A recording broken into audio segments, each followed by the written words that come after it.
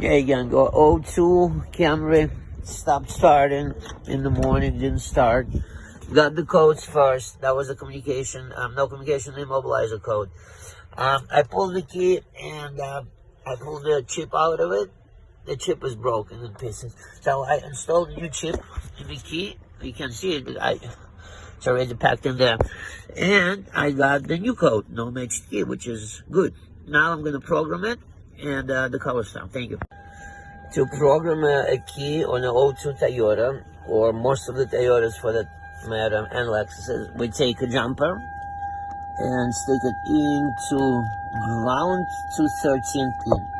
Ground to 13 pin. Alright, simple jumper. Then we turn ignition on.